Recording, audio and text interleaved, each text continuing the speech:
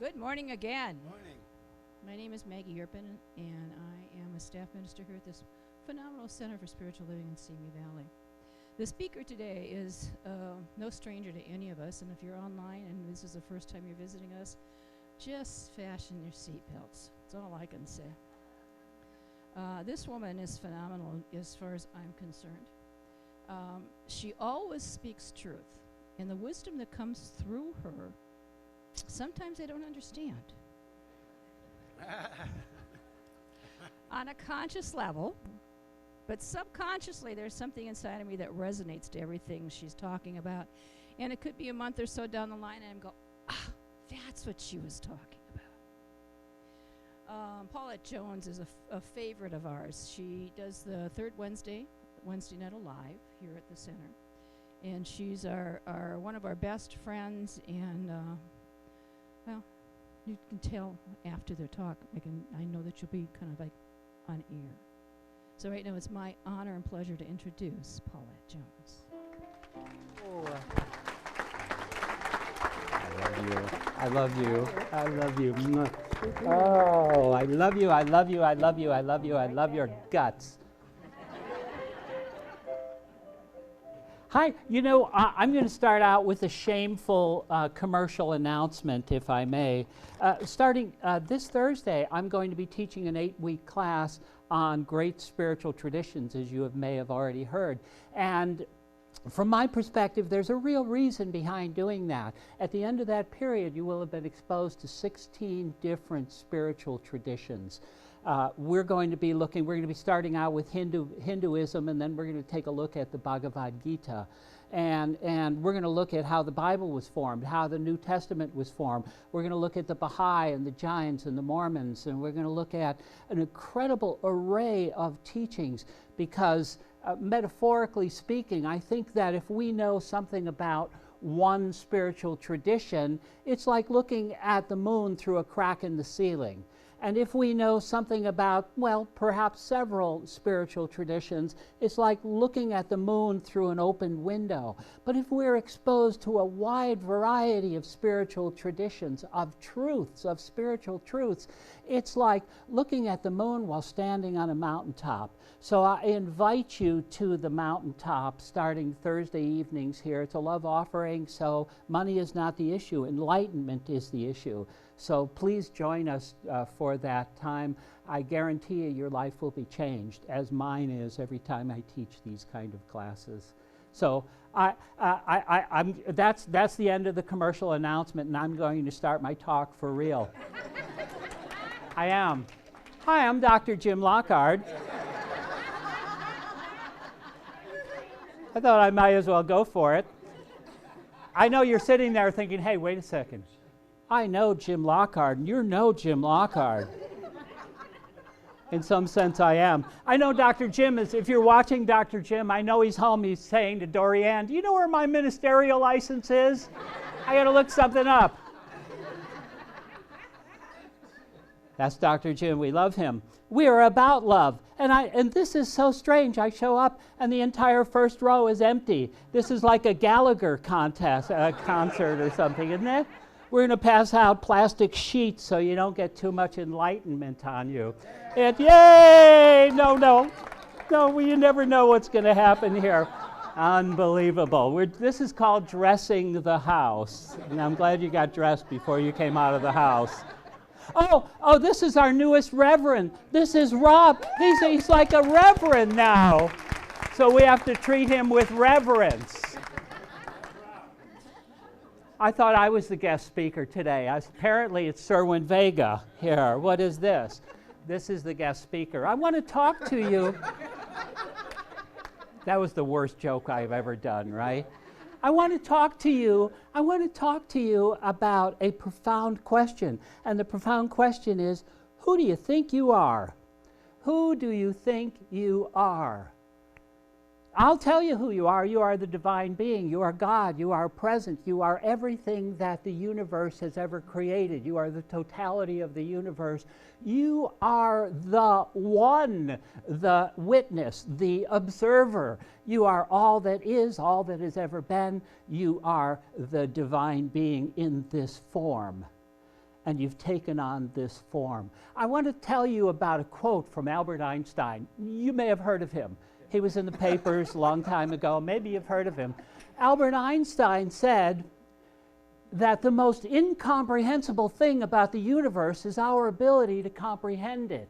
Our ability to comprehend the universe is the most incredible, incomprehensible thing about the universe. Now that says a great deal about the nature of the universe, but it says even a greater deal about the nature of you and I, of us.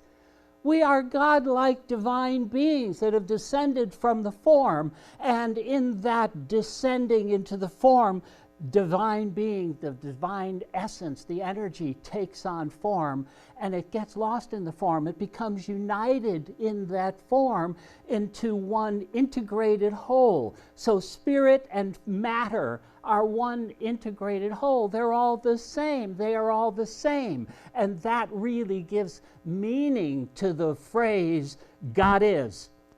God is, period. You don't need to say anything else. God is, zip it. God is. Now, for our edification, we may say, oh, God is great, God is love, God is, He's all of that, but it's enough. God is, boom, period. The divine essence of God, it's enough. God is, I am, God is, all of that together. And furthermore, because the universe is a product of the yearning of the divine, the desire of the divine to engage in the creative process. And the result is you, the result is Rob, the result is everybody, the result is us. We are God. Oh, what? We could get a whole lot of trouble in some societies saying that, can't we? Might be buried in pits and have people throw bricks and rocks at us. Because it's viewed as heresy, and heresy is, quote unquote, it is wrong thinking, and wrong thinking can never be good. But as Shakespeare said, there's nothing neither good nor bad, but thinking make it so. And as it turns out, thinking makes everything so, doesn't it? Thinking made the universe so. It's all thought. We are all product of this universal thought. And I want to trace the history of humanity, how we got here this Sunday morning. I won't go into that much detail. But from the beginning of the universe, which happened some 14.2 billion years ago, some amazing thing happened. Something happened. Something amazing, something wonderful happened. Some event that generated an enormous and unimaginable amount of thermal energy and power. Power. And in a time frame that's measured in billionths of a second, a tiny, tiny piece of matter, so small that you can't even imagine it, grew up and exploded and expanded into something that is now the size of our solar system in billionths of a second. What amazing, amazing power. And there was amazing heat, amazing thermal energy. And if you ever put water on a well, probably somebody in this room has done this, so if the rest of you haven't, explain it. You put hot water on a stove, and you turn up the heat, and you see the bubbles starting to move faster and faster and faster and faster, and they're crashing into each other. That's what thermal energy does. Energy is the nature of God, and it causes us to move. To move, energy has to be moving. And so in the early days of the universe, it was completely black. It was dark. It was dark. Because the temperature was so hot that nothing could come together. It was forcing, the force moving, force equals mass times acceleration. It was moving so fast, accelerated at such speed, that it couldn't enter any kind of relationship, and the universe was in chaos. And it was dark and black for 500,000 years. And then in the Bible it says, hey, let there be light. And the universe cooled down enough so that electrons, free-floating electrons, could enter into a relationship with subatomic particles. And in that moment, atoms were created. Atoms, matter. Matter that come together in a relationship. Matter came together in that moment. And once atoms exist, electromagnetic energy exists, which is light. So suddenly the universe lit up, and for the next 13.7 billion years, there's been this amazing light show going on. Imagine the fireworks as gravity begins to take over, and all of this mass starts to come together, and suns begin to form, and they create these heavy elements, and then they grow up, and they explode, and they turn into supernovas, and they shower the earth with these life-giving, well, the earth didn't even exist. They showered the rest of the universe with these life-giving elements. And that went on again and again. And finally, on the third time, gravity created our sun. And gravity pulled it together, and the universe continues to cool because it's the second law of thermodynamics. As the universe expands, it begins to cool. And the cooling of the universe is what created us. Some 4 billion years ago, this planet came into being. 4 billion years ago. And for the first 600 million years ago, it was a lifeless chunk of nothingness. A lifeless chunk of matter that didn't really have a lot of meaning at the time. But somehow, around 600 million years after that formation, so we're like, 3.4 billion years ago, God reached out and brought life to this planet. Life came to this planet. And at first, it was this single-celled beings that just kind of floated around. And it took some 2.8 billion years for these single-celled entities to come together into multi-celled entities, into multi-celled beings. And they crawled out of the ocean, and they became, and the march toward evolution continued. You know, some 160,000 years ago, humans showed up on this planet finally. And we all lived around the area of Ethiopia in Africa. We were all very dark-skinned individuals. And around 25,000 years ago, the Neanderthals died out and left this planet to us. Now, if you've been surfing a lot of dating sites, you may really be surprised to hear that. So I've heard.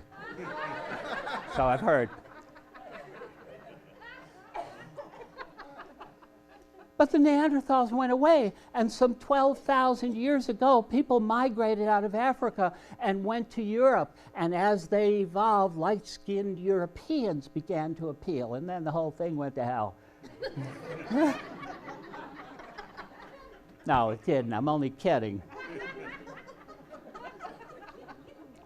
But there's a reason why we came here. There's a very good reason why we came to this planet. Because God couldn't do the job himself. We are the co-creators, but beyond co-creators, we are absolutely a part of the universe, a necessary part of the universe. And excuse me for a minute, I have to talk to myself, and I have to engage in this introspective thinking, because that's really why I'm up here. I'm talking to myself, and you guys happen to be in the room. But I'm really talking to all of us. I'm talking to truth. I'm talking to the idea. And ideas is what created all of this. We are God. We are God-like beings, aren't we? We are God-like beings, and we create the world, our evolution, our thoughts. Thoughts are things. We're going to find out how true that is, that thoughts are really things. We are active participants in the world. We are heading toward an evolution, and guess how we do it? We do it by what we know, by knowledge. Nikola Tesla is said to have quoted he said this, how do I say this? Nikola Tesla said, that'd be pretty simple, right? I got to complicate everything, don't I? Nikola Tesla said that the entire universe is made up of information and energy. Think about that. Information and energy. So beyond what we believe in particle physics is the elementary particles of quarks and leptons, beyond that, it is about information and energy. You are divine, God-like beings, and the information that comes to you through your knowledge is what we use to fuel our evolution, to an eventual merging with the Godhead. You ever hear of Pierre Teilhard de Chardin? He's a Jesuit philosopher, a paleontologist. He's a brilliant guy, and he built upon the work of a guy named Bernard Vernadsky, who described the universe, the world, as follows. First of all, there came something known as the geosphere. The geosphere is the rocks and all of the stuff that compromises this planet. And then life appeared, so we start developing something known as the biosphere. It's all the life that occupies this rock. And then on top of that, we have the atmosphere, which is all the gases that are necessary to sustain life on this planet. And then we have something called the noosphere. The noosphere is our consciousness, our evolving consciousness that we are all headed to. We're all headed to this evolution, to becoming one in fact, not just in theory, but in fact to becoming one. You know, the poet Rumi, I love the Roomster, the poet Rumi, he said, when I die, I will fly with the angels. And when I die to the angels, what I will become is unimaginable. Guess what? You don't have to die to become something unimaginable. You are already something unimaginable. You are something that is so unimaginable. You can't even imagine it. It's so unimaginable. Marianne Williamson also said, you know, our greatest fear is not that we are inadequate. Our greatest fear is that we are powerful beyond measure. We are powerful beyond measure. And beyond that, she said, our greatest fear is not the darkness that we have. Our greatest fear is the light that we are. So I urge you to step into the light, to embrace the light, because the light is knowledge. The light is truth. The light is our evolutionary process that fuels this engine of evolution, and we are on our way to becoming something else. You know, we use this knowledge. This has been going on for thousands and thousands and thousands of years. I'm going to take you back for just a little before we go back up to the future. We're going to go back to the past, and we're going to demonstrate this in history in a way that you might find really surprising. And we are going to have a math class. We are! Yeah, and there'll be plenty of homework too. So I don't want any of your guff about it.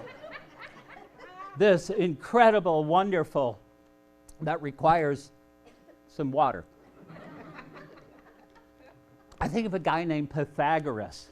Now, all of a sudden, before you start, you know, putting ropes around your neck and jumping off of chairs, there really isn't a math class, but I'm talking to you about Pythagoras and the idea of the religion of the Pythagoreans in a way that perhaps you have never heard of it before. It was a religion. We have come to know Pythagoras from something known as the Pythagorean theorem, which I'll talk about in just a minute. But we've come to know Pythagoras through this, but did you know that it was really a religion? It was searching for God in all kinds of places that we can't even imagine. The idea was that the Pythagoreans believed in something that even came before Plato. We attribute this to Plato, but it really came from the Pythagoreans. And they said that the totality of reality consists of two separate things. The totality of reality consists of, get this, the physical out there, which we come to know through our senses, so he referred to it as sensible stuff, versus intelligible stuff, the stuff that comes to us through our intellect, the intelligible stuff. And so we come to know it in two different ways, and this is how the Pythagoreans approach God and realize that it's all seamless one. And consider this, they worship the sacred circle. And many people in the ancient world worship the circle in one form or another. Consider the Ouroboros. Do you ever hear of the Ouroboros? That is the snake that's in a circle that is consuming its own tail, and it represents the idea of birth and death and regeneration in a perfect circle. But beyond that, the Pythagoreans looked at the circle and they saw God. They saw divinity. Think of this. Think about the idea, the concept of the circle, and think of the divine being that is reflected in the circle. First of all, a circle, every point is equidistant from the center, and that's good. There's no beginning, there's no end. Does that sound familiar? And if you take the relationship of the diameter to the circumference of this circle, you come out with the sacred symbol known as pi. Pi, anybody want pi?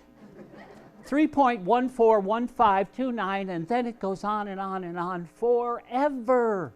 It is a mysterious number. In fact, mathematicians refer to it as an irrational number. It's irrational because we just can't get our minds around something, our rational minds around something that goes on forever and ever and ever and ever and ever. It is further transcendental because we don't know how to get there. We can never get there, and it's been proven mathematically, by any operation on whole numbers. The only way we can get there is through the sacred circle. We have to enter the sacred circle to come to transcendental knowledge of mathematics. And furthermore, and here's something you've never heard before, because I just thought of it. So actually, I've never heard it either. Let's see how it comes out. Mathematics, you know what mathematics is? It is the language of the gods. That's what Pythagoras and the Pythagoreans viewed mathematics as, a secret language, a language of the gods, a language that would allow a translation between the designs of the divine and the imperfect world of form. And that's what mathematics is all about. It is a language, it is a mystical, beautiful language that describes God. It describes God in form. And the idea that we use this mystical language to create something known as the Pythagorean theorem changed the course of the history of the world. Using this incredible godlike language that was created, known as mathematics, the pyramids, the ancient pyramids of the Egyptians were built. Because the Pythagorean theorem is such that it describes a rectilineal triangle, and the right angle is across from something known as the hypotenuse, which is equal to the square root of the sums of the squares of the other sides. You got that? Everybody together now.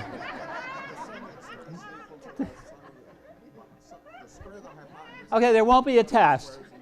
There you go. See, Rob can do it. Reverend Rob can do it because he's spiritually enlightened, and the rest of you, well, there you go. F. Summer school for you. So it was a truth. It was a knowledge. It was something. It was a divine, amazing, wonderful language, and it described the nature of the universe. And later, Plato and these guys would come along and describe this kind of. Plato wrote on something known as the world of forms. So it is the same concept that our minds create the world of forms, and that the world of forms is not perfect, but the world of the creative genius behind it. The divine truth of form is the essence of God. And it's you, and what binds us all together. And Plato wrote significantly about that, but Plato's works would have been lost to it were it not for the auspices and the wonderful mind of something called Plotinus, a guy named Plotinus in the 1st century is a Roman philosopher, and he kind of formalized all of this work from Plato and Pythagoras and all of that, and it gave birth to something known as Neoplatonism. So we move up to the 4th century. I know, I'm going to get there to today. Jeez, Maggie's sitting over, when are you going to get there? I'm going to get there. Takes us to the 4th, shut up and sit down. I love her. I love her. So we come into something called Augustine. Augustine was a 5th century dude who was a church father, and he was an amazing philosopher, and whether we realize it or not, we are all Augustinians. We are all Augustinians because Augustine kind of pulled some concepts together upon which our social fabric is built today.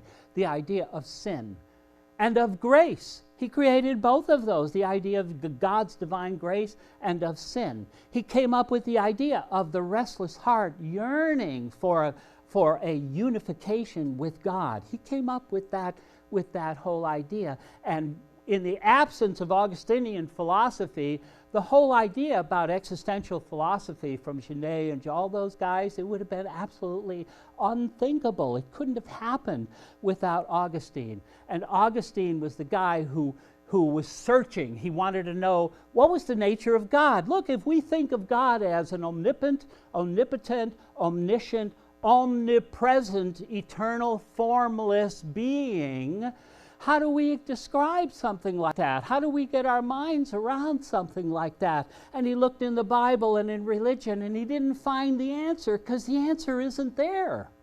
It's not in religion, it's in philosophy. That's really where the answer was. And he traveled to Milan and he ran into the Neoplatonists and he thought, geez, these guys are just about the smartest people I've ever run into, because finally I've got somebody who can offer me some sort of hope for answering these deeply profound questions about the nature of God, the nature of the human soul, the nature of myself, the nature of my relationship to the divine and to all that is. That's what Augustine was all about. And he was searching. He was searching.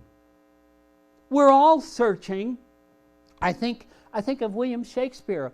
In 1601, he wrote a play that, by the name of Hamlet. You might have heard of it. He wrote a play called Hamlet. And in that play, in Act 2, Scene 2, he is talking to his friends, Rosencrantz and Guildenstern, and he says to them, "Oh, what a piece of work is man! How noble in reason, how infinite in faculty, in form and moving, how express and admirable in action, how like an angel in apprehension, how like a god." How like a god.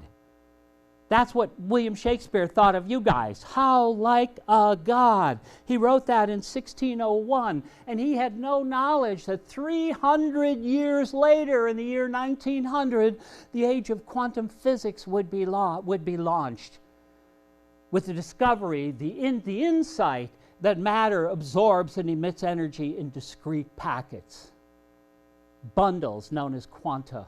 And that changed the whole world. But they're going to the same truth that William Shakespeare wrote about in Hamlet. The same truth about who it is that you are. The godlike being that you are, and the power you have to create the world around you. Because quantum physics, which, by the way, was developed absolutely in parallel with Ernest Holmes' teaching called Science of Mind. You may have heard of it. The teaching of Science of Mind was developed in parallel with this idea, and the interpretation, something known as the Copenhagen interpretation of quantum physics, tells us what? That the universe is a product of our consciousness. There are experiments, quantum experiments that we can run. Well, not me. You guys, someone can run these experiments. And as it turns out, when we observe these experiments being conducted, we get a completely different result than when we're not observing those experiments. And what does that tell you? It tells you that the determining factor in the universe is you. The determining factor in the universe is your consciousness. It is who you are. There was another idea, and that's what quantum physics, if you had to boil down the truth of quantum physics into one short paragraph, maybe you could do it in 3 letters. You. Because it is your consciousness, it is our consciousness that determine the output of quantum systems, and quantum systems are what takes place at the very core of the universe, at the very, very beginning of the universe, at the source, at the physical source. And remember, since consciousness has created this universe and lost in this universe, it is all one seamless, integrated whole. It is the truth. You are the truth. Albert Einstein, at the same time, in 1905, he created something known as the theory of special relativity. He followed it up in 1912 with the theory of general relativity. But one of the most amazing things that fell out of this whole thing is the concept of the most recognizable mathematical equation in the history of man. You know what it is, right? E equals mc squared. The equivalency of energy and mass. Not only the equivalency of energy and mass, but they are the same thing, the interdependence between those two, between energy and mass. And E equals mc squared was Albert Einstein's way of saying that energy is equal to mass in motion. Ernest Holmes would say it as thoughts are things. I like that better. That's a little easier. Thoughts are things. As a matter of fact, I'm going to get one more drink of water. Can you edit this part out of the...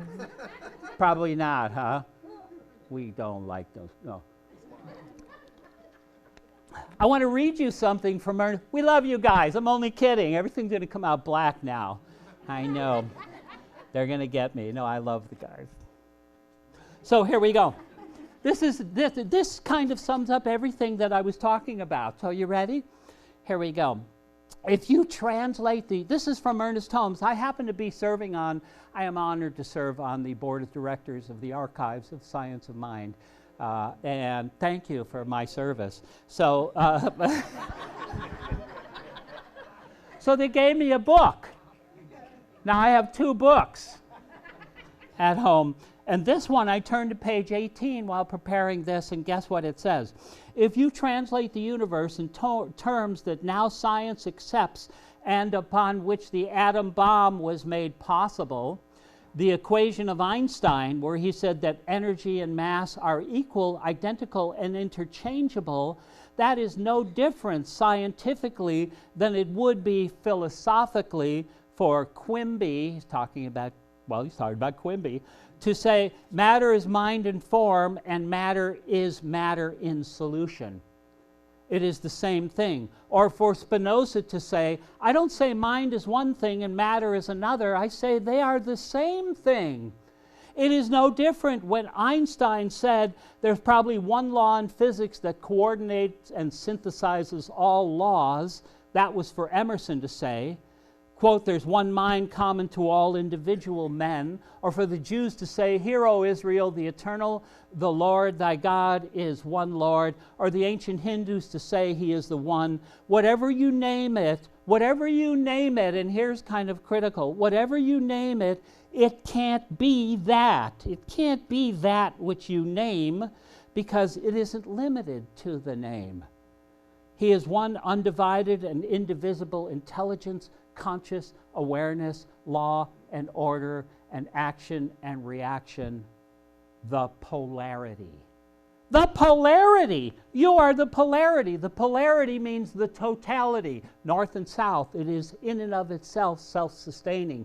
You are a self-sustaining, self-organizing system, and you have the ability to change the world with what you know. You have the ability to change the world just by every time you react to someone and you give someone a smile or a hug or say, I love you, or a gentle touch or some advice. In any way we react with God's children, with God's creations, we are the creative force, we are the divine being, we are the one. And I shouldn't be, but I was kind of pleasantly surprised to hear Reverend Rob's treatment today, because you said basically the same thing that I said today. So I could have quit about a half hour ago.